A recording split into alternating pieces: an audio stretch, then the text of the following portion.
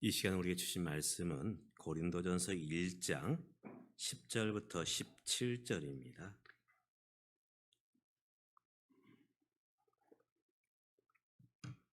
신약성경 263쪽 고린도전서 1장 10절부터 17절. 우리 영상으로 예배를 드린 성도님들도 함께 말씀을 읽어주시기 바랍니다. 1장 10절을 제가 먼저 읽습니다. 형제들아, 내가 우리 주 예수 그리스도의 이름으로 너희를 권하노니 모두가 같은 말을 하고 너희 가운데 분쟁이 없이 같은 마음과 같은 뜻으로 온전히 합하라.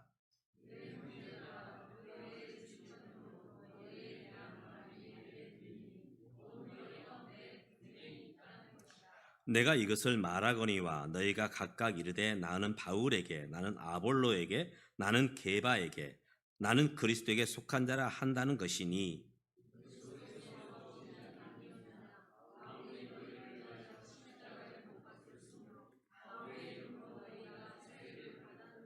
나는 그리스도와 가이오 외에는 너희 중에 아무에게도 내가 세를 베풀지 아니한 것을 감사하노니,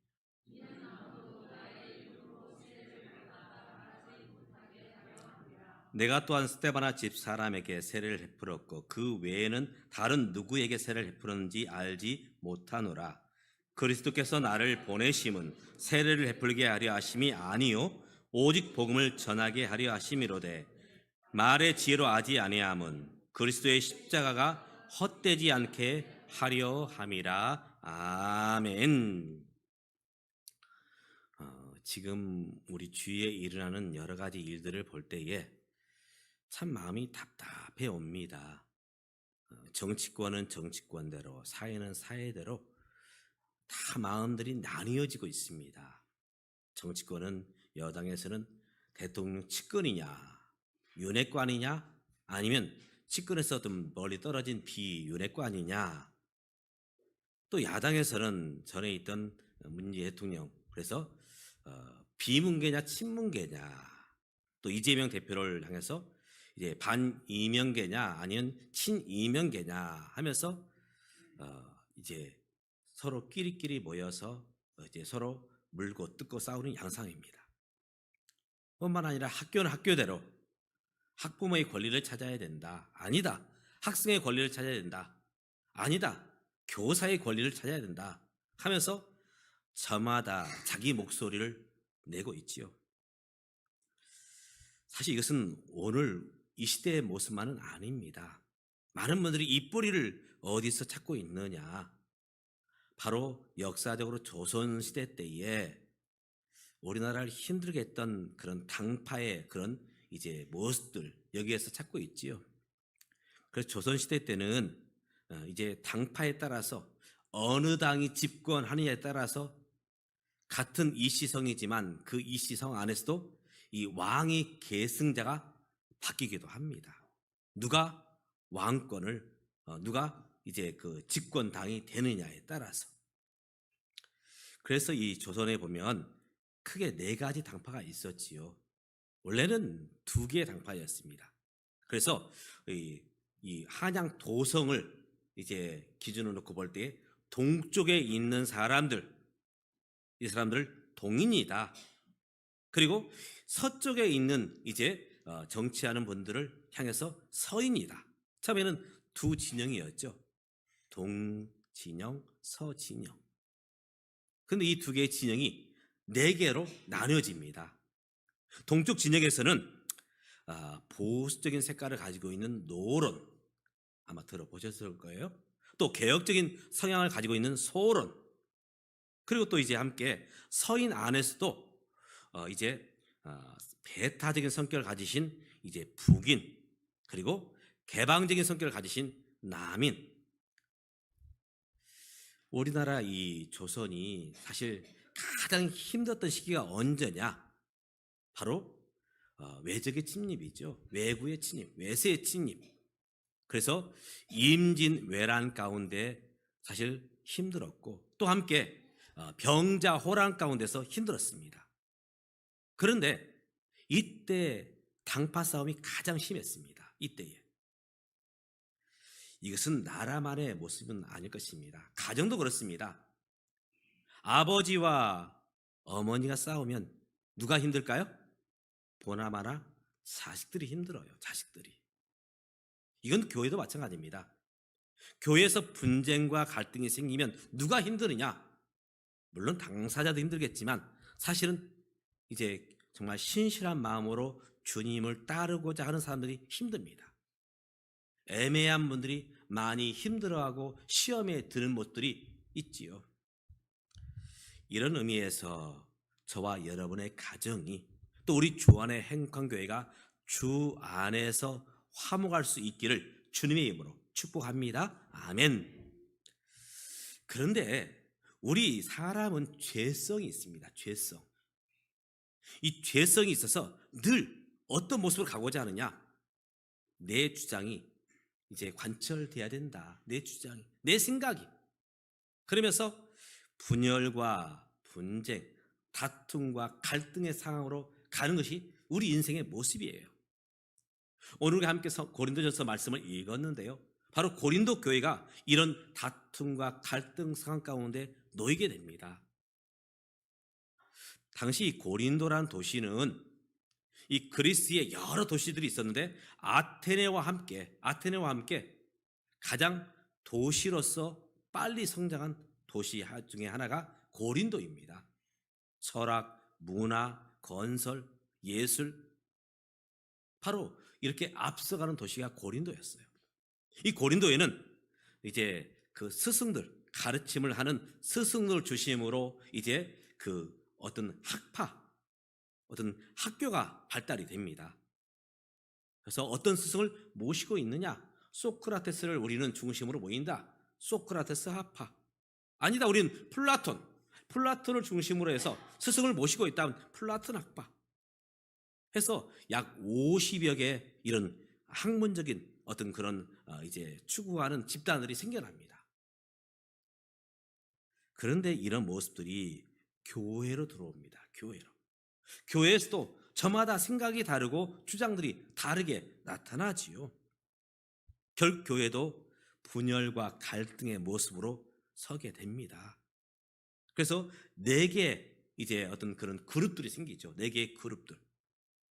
먼저 그룹은 바울을 따르는 바울파다. 바울파. 아마도 이제 이 바울을 따랐던 분들은 이제 함께 개척했던 개척 멤버. 이제 바울은 여기에서 오랫동안 목회하지 않습니다. 몇 년간 여기에서 목회하다가 또 다른 곳에 가서 복음을 전하게 됐죠. 2대 목사님으로 누가 오시느냐? 이제 이 그리스 학문에 뛰어난 분, 바로 아볼로란 분이 이제 2대 목사님으로 오시게 돼요. 이 아볼로 목사님을 통해서 많은 분들이 정말 성경의 어떤 그런 가르침을 받게 됩니다. 양육을 받아요. 제자 훈련, 사역 훈련. 그래서 그 아볼로를 통해서 이제 신앙이 성숙한 분들, 우린 아볼로를 따라. 그래서 아볼로파. 그 다음 3번째 그룹은 게바파입니다. 게밥이 아니고 게바. 베드로의 별명이죠. 베드로의 별명. 예수님의 제자 중에서 가장 수제자가 누구냐? 베드로죠. 베드로는 가장 가까이 주님을 따르면서 주님과 함께하는 시간을 가졌지요. 그래서 이 베드로가 설교를 하고 베드로가 말씀을 전하면 모든 분들이 함께 뜨거워집니다. 예수님은 이제 승천하셨고 이제 수제자 베드로가 순회하면서 각 교회를 돌면서 이제 집회를 인도합니다. 그럼 많은 분들이 은혜를 받아요. 야, 우리 예수님과 함께 사역했던 베드로 제자, 수제자. 그러면서 은혜를 받습니다. 오늘날로 말하면 어떤 부흥회파, 또 뜨겁게 기도하는 기도원파, 아마 이렇게 나뉘어볼 수 있을 것 같아요. 근데 이런 모습을 보고 있느라니 참 마음이 안타까워요. 다 꼴 보기 싫습니다. 나는 이파 저파 안 속할래. 나는 오직 예수만 따르는 그리스도파가 될 거야. 그래서 4개의 모습으로 이 고린도 교회가 나뉘어집니다. 그런 가운데에 이 소식이 사도 바울에게 들려옵니다. 참 안타깝지요. 인간의 역사 가운데 인간의 갈등, 물론 발전적인 부분도 있어요. 그러나 신앙 안에서는 결코 좋은 모습은 아니지요. 저도 목사이지만 참 안타까운 것은 우리나라의 교단이 너무 많이 나뉘어져 있어요.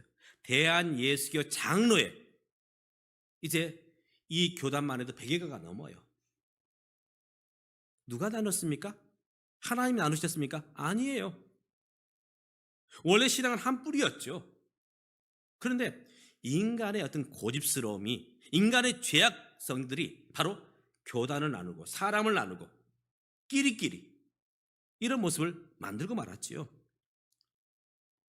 어느 부모가 자식들이 서로 물고 뜯고 싸울 때 어우 잘한다, 그런 부모 없습니다. 하나님도 마찬가지시죠.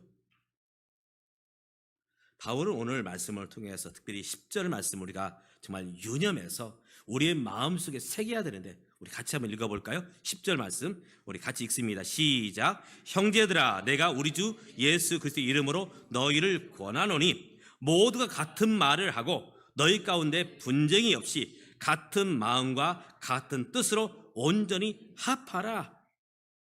하나님의 뜻은 무엇이냐? 함께 하나를 이루는 것입니다. 사랑의 공동체를 이루는 게 하나님의 뜻이라는 거예요. 우린 분명히 교회 안에 두 가지 모습을 보게 됩니다. 분열되고 갈등으로 치닫고 이런 모습과 어찌하든지 하나 되고 또 함께 용납하고, 사실 우리 가정이 세워지려면 남편과 아내가 뜻이 좀 다르더라도 함께 힘을 합쳐야 돼요. 부모님과 자식들이 함께 힘을 합쳐야 그 집안이 세워집니다. 교회도 마찬가지입니다. 다 내 맘 같지는 않아요.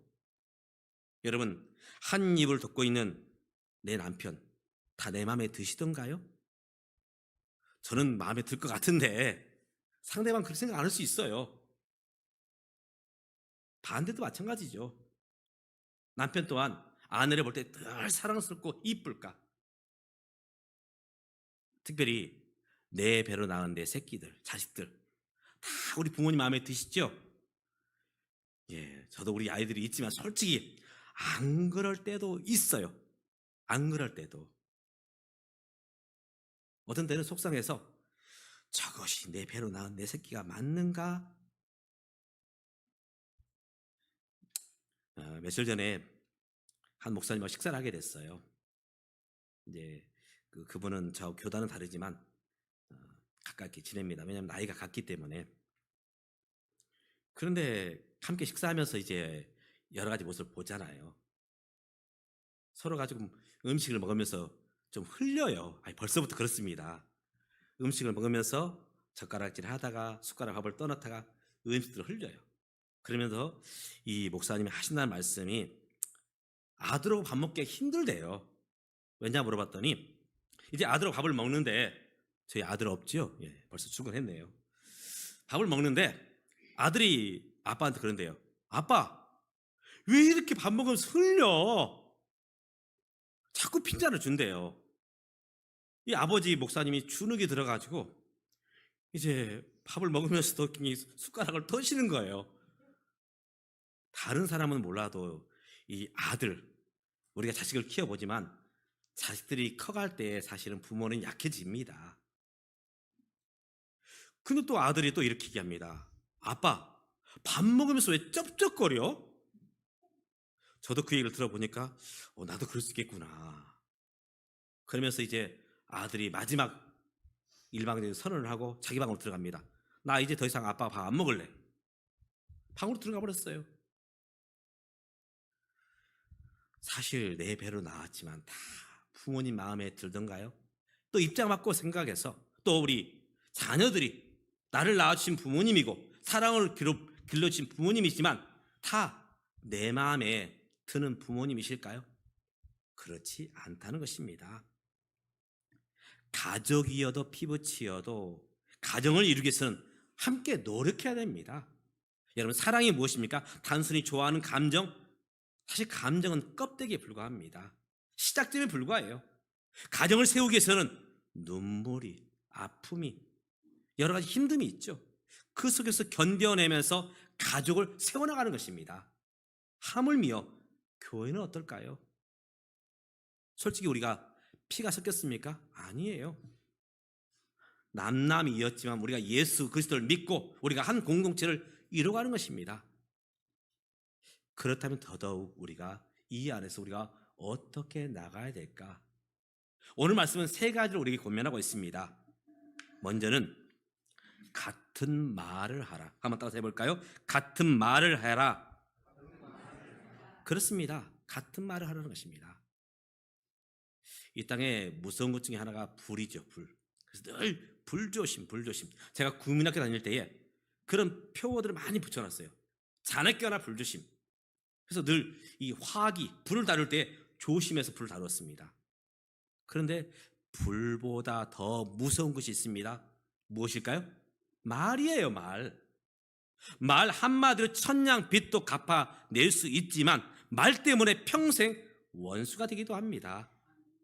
우리 가정에서 왜 남편에게 마음의 상처를 받느냐, 왜 아내에게 상처를 받느냐, 배우자가 던진 그 말 한마디, 그것이 비수가 되어서 그 마음속에 꽂히기 때문에 큰 상처로 남죠. 성경 야고보에서는 이렇게 말합니다. 혀는 곧 불이요 불의의 세계라. 혀는 우리 지체 중에서 온 몸을 더럽히고 삶의 수레바퀴를 불사르나니 그 사르는 것이 지옥불에서 난다. 다시 말해서 말 한마디 때문에 지옥이 될 수 있다는 것입니다. 말 한마디 때문에. 그렇기 때문에 우리가 말을 함에 있어서 조심하지 않으면 누구든지 관계가 깨어지고 지옥이 될 수 있음을 우리가 늘 유념해야 된다는 것입니다.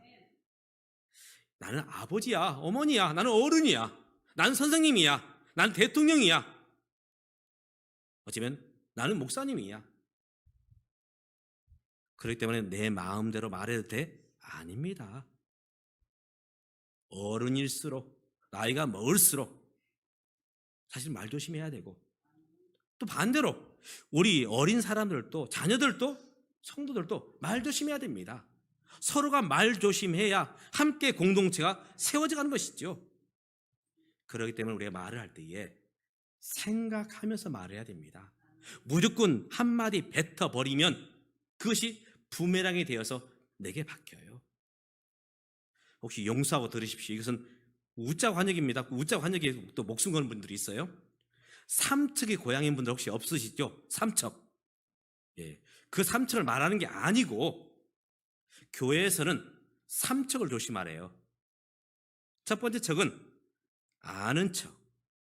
다 알아요. 근데 꼭 그분은 아는 척을 하려고 그래. 두 번째 척은 잘난 척. 꼭 나 잘났어 보여주고 싶어 합니다. 또 가정에 돈밖에 없어요. 무슨 척 할까요? 있는 척. 그래서 교회에서는 세 가지를 조심해야 된다. 한번 여러분 얼마나 잘 들었나 볼게요. 첫 번째 척이 무슨 척이라고요? 예, 아는 척. 두 번째 척은 잘난 척. 세 번째 척은 예, 있는 척. 사실 우리가 다 잘났고 다 있어요. 왕년에 정말 안 나간 부분이 없죠. 다 나름대로 한 가닥씩 하시는 분들입니다. 오늘 우리는 어떤 말을 해야 되는가? 덕이 되는 말을 해야 됩니다. 한번 따라서 해봅니다. 덕이 되는 말. 그렇습니다. 덕이 되는 말을 해야 돼요. 오늘 저와 여러분의 입술을 통해서 바로 같은 말, 특별히 덕이 되는 말을 할 수 있기를 주님의 이름으로 축원합니다. 어떤 분은 그래요. 나는 옳은 이야기만 해. 옳은 이야기. 여러분 가정에서 옳은 이야기만 해보십시오. 그러면 우리 자녀들이 뭐라고 하는지 아십니까? 뭐라고 할까요?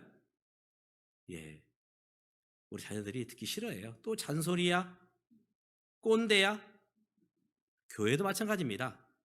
나는 정말 있는 이야기만 해, 옳은 이야기만 해. 교회에서 그렇게 얘기하면 아무도 그분 옆에 가지 않습니다. 교회에서는 어떤 말을 해야 되느냐? 덕이 되는 말을 해야 됩니다. 이 말을 함으로써 교회의 덕을 세우는가? 예수님께 영광이 되는가? 오늘 저와 여러분의 입술을 통해서 바로 신앙의 덕이 되는 그런 말을 하실 수 있기를 주님의 이름으로 축복합니다. 아멘.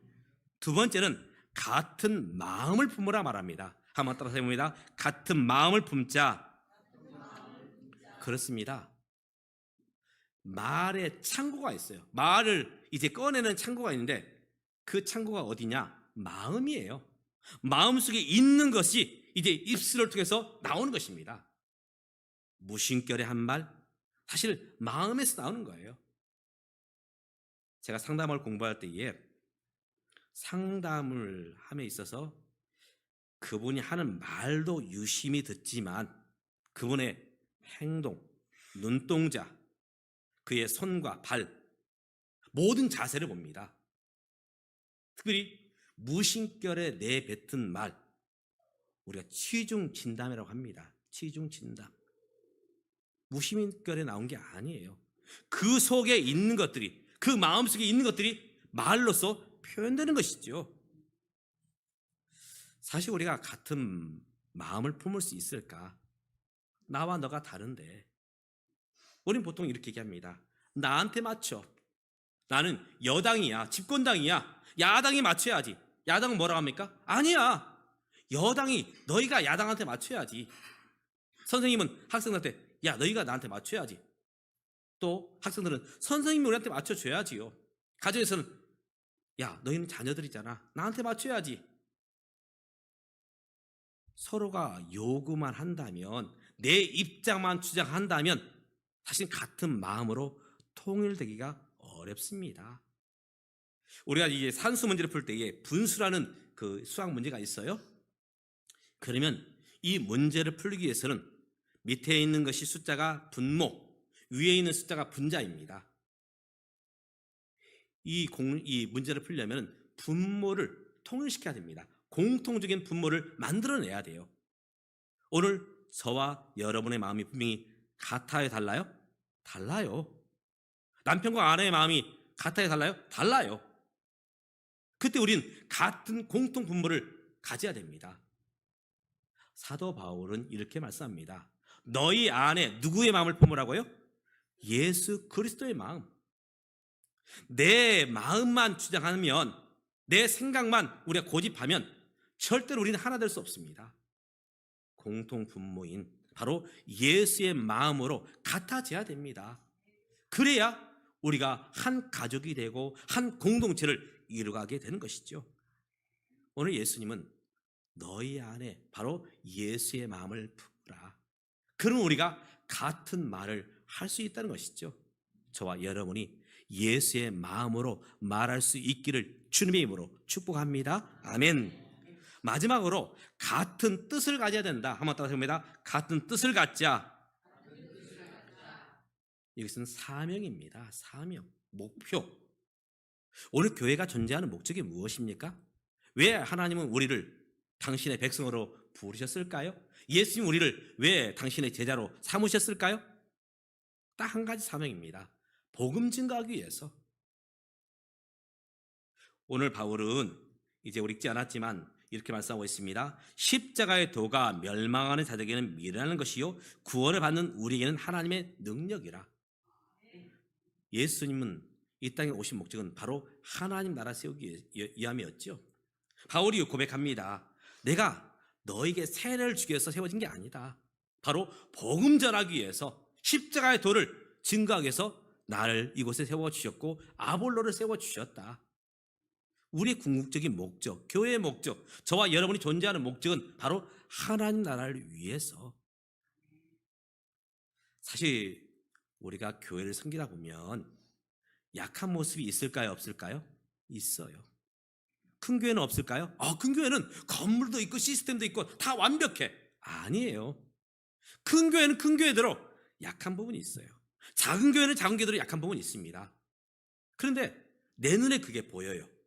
그럼 어떻게 해야 될까요? 야, 너 빨리 고쳐. 그럼 고쳐질까요? 죄송하지만 안 고쳐집니다. 우리가 누군가의 지적을 받으면 나도 모르게 변명하려고 하고 바로 그것을 은폐하려고 해요. 그때 내 눈에 그 약한 모습이 보일 때에 내가 그 부족함을 채워주면 됩니다. 이 교회에 갔더니 기도가 부족해. 그러면 내가 그 자리에 가서 기도하면 돼요. 이 교회 갔더니 전도를 안 해. 그러면 내가 가서 전도하면 됩니다. 그 교회 갔더니 사랑이 없어. 그러면 내가 먼저 아는 체하고 인사하고 사랑으로 섬겨주면 돼요. 그것이 저와 여러분을 그 공동체에, 우리 교회에 보내신 이유인 것입니다. 만약 계속해서 지적하고 잘못됐다 말한다면 사실 고쳐지지 않고 결국은 더 어려워집니다. 집에서도 우리 아들, 딸에게 너 이거 고쳐야 돼. 죄송해요. 우리 딸이 있는데 또 이렇게 하면 또 제가 흉보는 게 아니에요. 용서하고 들으셔요, 우리 따님. 저는 밥 먹을 때 물을 안 먹어요. 왜냐하면 물을 마시면 이게 위산을 방해해서 소화력이 떨어집니다. 저희 따님은 밥 먹을 때 물이 있어야 밥을 먹어요. 그 따님은 물이 필요해요. 제가 정말 열심히 그걸 고치려고 계속해서 이야기하고 이야기했지만 고쳤을까요? 못 고쳤을까요? 못 고쳤어요. 내버려 둡니다. 그랬더니 나도 편안하고 본인도 편안해요.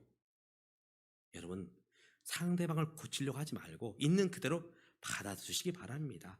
그러면 그분은 그분 맞게 하나님께 쓰실 것이고 나는 또 거기에서 함께 성숙해 가는 것입니다.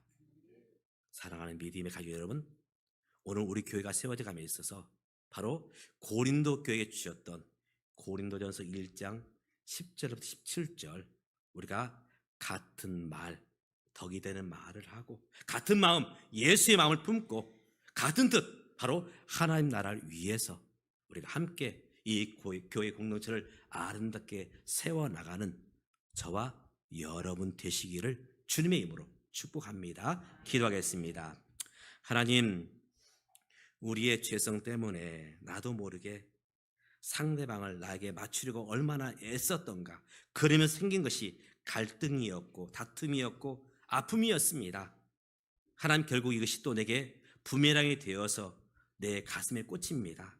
주여 도와주셔서 우리가 함께 살아가는 법을 배우게 하시고 이 속에서 정말 하나님의 뜻 가운데 하나님 기뻐하시는 우리가 덕이 되는 말을 하며 예수의 마음 품고 주님 기뻐하시는 공동체를 세워갈 수 있도록 오늘 우리와 이 교회를 붙잡아 주시옵소서. 예수님의 이름으로 기도드리옵나이다. 아멘.